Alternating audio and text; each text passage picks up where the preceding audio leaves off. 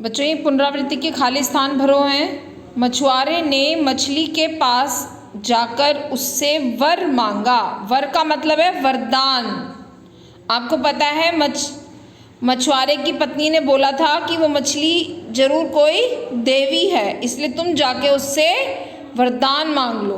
वरदान मतलब वर मांगा। ठीक है, अगला है मछुआरे ने मछली को गड्ढे से निकालकर बड़ी नदी में डाल दिया। आपको पता है बेटा, मछली एक छोटे से गड्ढे में फंसी हुई थी। वहां पे मछुआरा जा रहा था तो मछली ने बोला कि मुझे किसी बड़ी नदी में डाल दो, तो मछुआरे ने उसकी मदद कर दी थी और उसको किसी बड़ी नदी में डाल दिया था।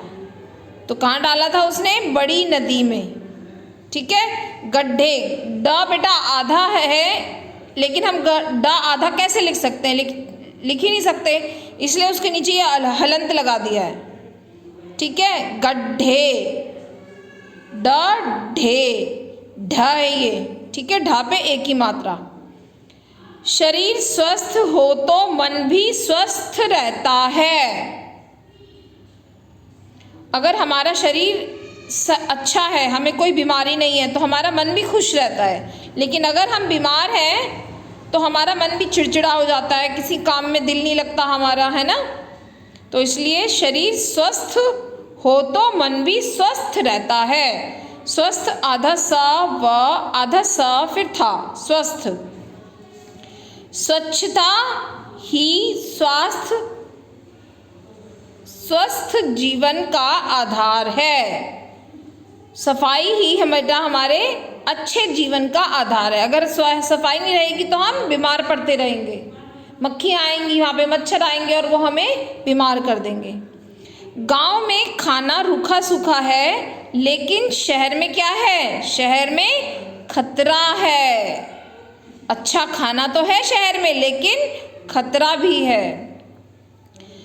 शाहजहां ने ताजमहल अपनी बेगम मुमताज महल की याद में बनवाया था।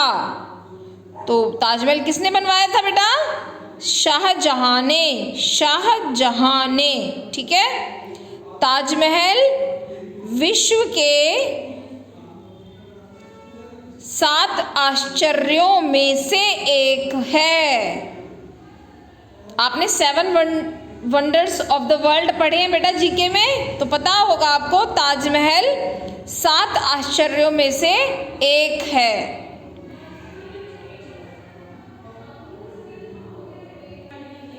दीपक का बस्ता रोज कहाँ पे रखा रहता था बेटा? दीपक का बस्ता रोज मेज के पास रहता है। ठीक है, लेकिन उस दिन उसने अपना बैग कहीं और रख दिया था, इसलिए उसको वो मिल ही नहीं रहा था। वो मेज पे ढूंढ रहा था जहाँ वो रोज रखता है, लेकिन वो फिर वहाँ उसे नहीं।